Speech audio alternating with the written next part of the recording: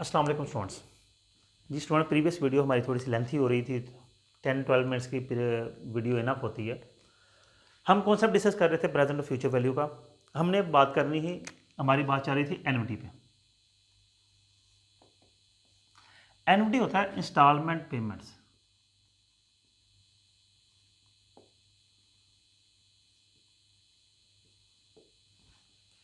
किस्तों पे चीज़ें, हम अक्सर चीज़ें फर्नीचर वगैरह लेते हैं, जहेज का सामान ले लेते हैं, या इस तरह की चीज़ें हम किस्तों पे बाय करते हैं। ठीक है। अब होता यह है कि दो तरह के हमें ऑफर्स दी जाती हैं। एक कहते हैं जी कुछ डाउन पेमेंट कर दें और हर महीने के एंड पे या हर साल के एंड पे आपने इतनी अमाउंट देनी है। दूसरा ये होता है कि जनाब डाउन पेमेंट कोई नहीं है। डाउन पेमेंट का मतलब होता है कि कुछ अमाउंट ना अलहदा से आप पे कर दें, बाकी माइनस करने के बाद बाकी के हम इंस्टॉलमेंट बना लेते हैं। वो कहते हैं डाउन पेमेंट कोई नहीं है, लेकिन इंस्टॉलमेंट आपने शुरू से शुरू करनी है, साल के शुरू से। यानी कि एक हो गया एंड ऑफ द ईयर, एक हो गया बिगिनिंग ऑफ ईयर।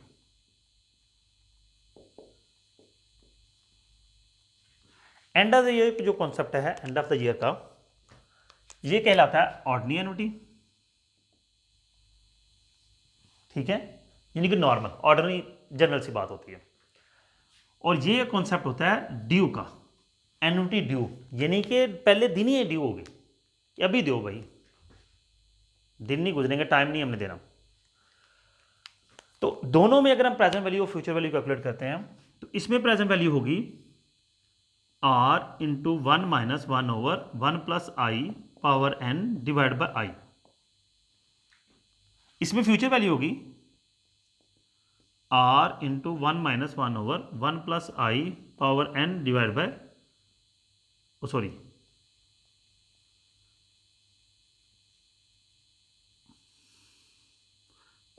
+ i⁻n-1/i।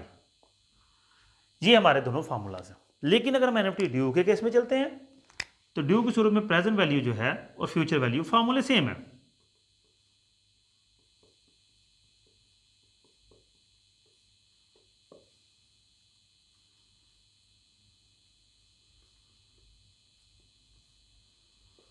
तो सवाल ये पैदा होता है फिर दो फार्मूले क्यों, ऑर्डिनरी और ड्यू क्यों? तो देखें, ये एंड ऑफ द ईयर 31 दिसंबर को पेमेंट होनी है, तो ये फार्मूला लगा। यही पेमेंट आप जब 1 जनवरी को कर देंगे तो 1 जनवरी 2024, 31 दिसंबर 2024, साल सेम है। लेकिन 31 दिसंबर 2024 से एक दिन हो जाए तो 2025 आ गया, तो एक दिन से फर्क नहीं पड़ता। लेकिन 365 दिनों से फर्क पड़ता है, तो उसका एक एक्स्ट्रा इंटरेस्ट चार्ज होगा 1 + i⁻n, 1 + i⁻n, एक एक्स्ट्रा इंटरेस्ट चार्ज होगा। ये बिगिनिंग ऑफ ईयर का कॉन्सेप्ट है। ठीक हो गया, ये आपका एन्युटी का कॉन्सेप्ट है, ये उसके 4 फार्मूलाज हैं। नेक्स्ट हमने लिखा हुआ था परपेचुटी।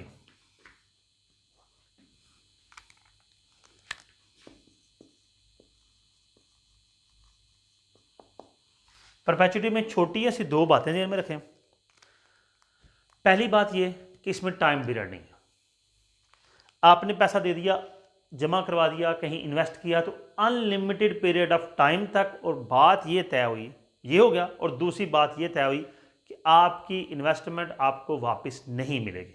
अब देखिए, कारोबार करते हैं तो कारोबार का मकसद यही होता है कि उसको चलाना है, उसको बंद नहीं करना। लेकिन जब कभी बंद हो तो कोई ना कोई पैसा रिकवर हो जाता है। लेकिन परपेचुटी केस में कारोबार चल रहा है तो आपको पैसे मिलते रहेंगे, इंटरेस्ट मिलता रहेगा। अगर कारोबार बंद हो जाता है तो आपकी इन्वेस्टमेंट भी गई, इंटरेस्ट भी गया, सब कुछ खत्म, आपको कुछ नहीं मिलेगा।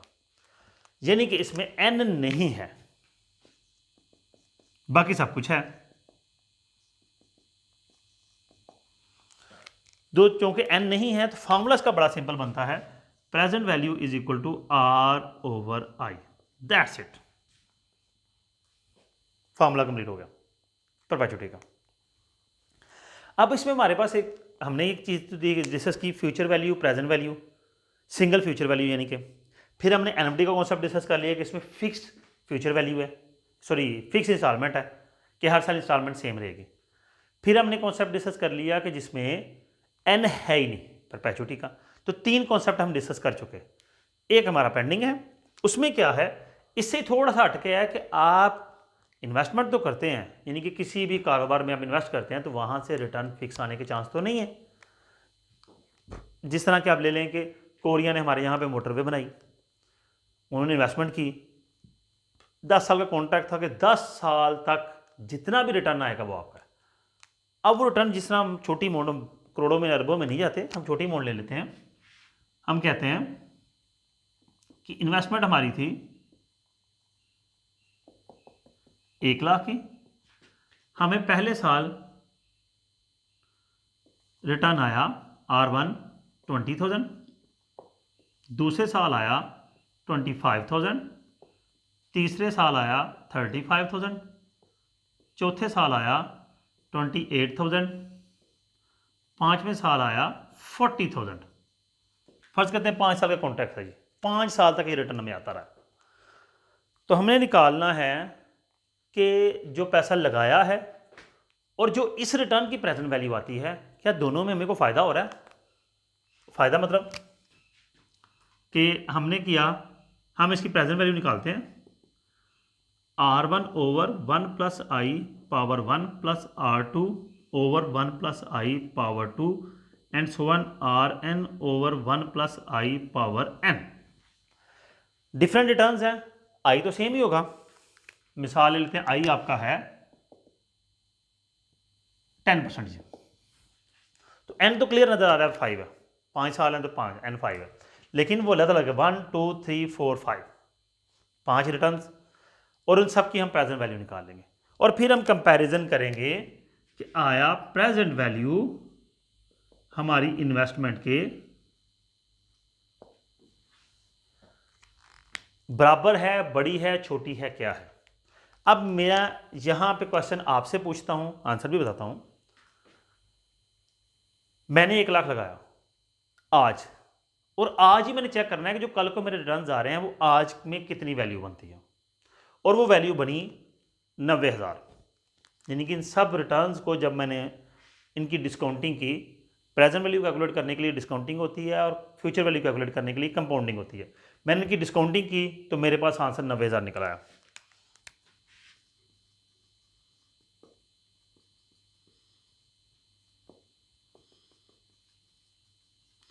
आपको नहीं लग रहा मेरा 10,000 का नुकसान हो गया? नज़र तो ये आ रहा है 20 25 45 35 80 28 1,08,000 और 1,48,000 मुझे रिटर्न आ रहा है, लेकिन ये 5 सालों में आ रहा है। तो यहाँ पे टाइम वैल्यू ऑफ मनी का कॉन्सेप्ट भी तो है। तो जब मैंने इसको डिस्काउंटिंग की तो पता चला ये तो 90,000 रुपये बनता है। तो मैं ऐसे कारोबार में, ये ऐसे प्रोजेक्ट में इन्वेस्ट नहीं करूँगा। अच्छा, इस कॉन्सेप्ट को कहते हैं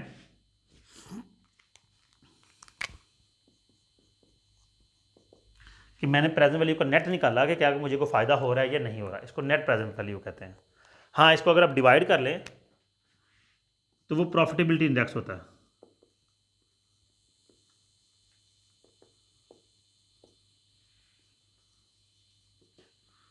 प्रेजेंट वैल्यू ओवर इन्वेस्टमेंट, तो इसका आंसर 0.9 आ जाएगा, तो इसका आंसर 1 से ग्रेटर होना चाहिए। ओके जी, खैर मैं एनपीवी डिस्कस नहीं कर रहा था, लेकिन यहाँ पे मैंने ये जो नीचे थोड़ी सी जगह बची है, इस पर हम अपने फार्मूले सारे एक दफ़ा दोबारा लिखते हैं। इस फार्मूले को यहाँ से उठाते हैं, यहाँ लिखते हैं present value is equal to R over I, और अब हमारे पास ये सारी जगह बच गई है। अब यहाँ पे जो हमने अब तक फार्मूले डिस्कस किए हैं प्रेजेंट वैल्यू के हवाले से, प्रेजेंट वैल्यू एक हमने डिस्कस किया, present value is equal to FV over 1 plus I power n, ठीक है, ये हमारा फार्मूला एक हो गया। दूसरा हमने फार्मूला ये डिस्कस किया है, ये दोनों कोई भी हो सकता है। तीसरा हमने फार्मूला ये डिस्कस किया है, और चौथा हमने फार्मूला ये डिस्कस किया है, ठीक है। इसके अलावा हमने फार्मूला डिस्कस किया था फ्यूचर वैल्यू का, वो था present value into 1 plus I power n। अब एक चीज़ यहाँ पे रह गई वो क्या है? वो है जी हमारे मंथली, डेली, क्वार्टरली या सेमी एनुअल पेमेंट्स। अगर इस सूरत में हो तो आई और एन के साथ हमें छेड़छाड़ थोड़ी सी करनी पड़ती है। फ़र्ज़ करें मैंने कहा जी मैंने ये इन्वेस्टमेंट 5 साल की है, लेकिन मैं अपने रिटर्न्स को 6 महीने की बेस पर कैलकुलेट करूँगा, तो अगर आप 5 साल को वो 6 महीने पे डिवाइड करें ना तो आपके 10 पीरियड्स बनते हैं, यानी कि n इक्वल 5 नहीं रहेगा, वो 10 हो जाएगा।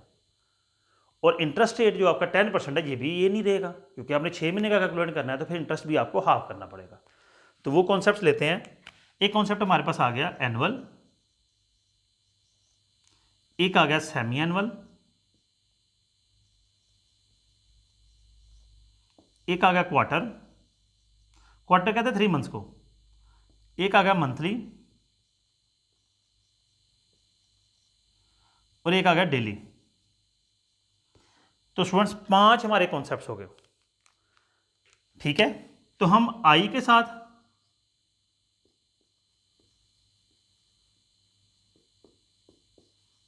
क्या छेड़छाड़ करेंगे और n नंबर ऑफ पीरियड्स के साथ छेड़छाड़ क्या करेंगे। देखिए मैंने पहले नंबर ऑफ ईयर्स पढ़ाया था पिछले लेक्चर में, अब मैंने नंबर ऑफ पीरियड्स लिख दिया। क्यों?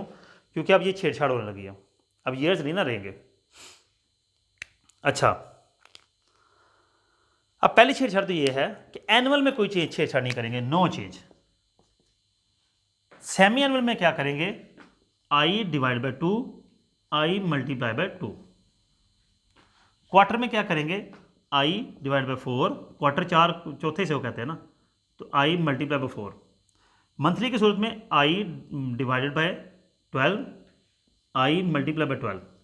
और डेली की सूरत में आपको पता है कि यहाँ तो 360 होगा, यहाँ 365 होगा। ठीक होगा जी, ये आपका सारा कॉन्सेप्ट मैंने क्लियर करवा दिया। कोई प्रैक्टिस प्रॉब्लम उठाएं, आप बड़ी इजीली उसको सॉल्व कर सकते हैं। सिर्फ आपने लेक्चर को ध्यान से सुनना है। अपना ख्याल रखिएगा और चैनल को सब्सक्राइब करना हरगिज़ ना भूलिएगा। वीडियो को शेयर ज़रूर करें ताकि किसी और को भी अगर प्रॉब्लम है तो उसकी प्रॉब्लम सॉल्व हो सके। अल्लाह हाफिज़।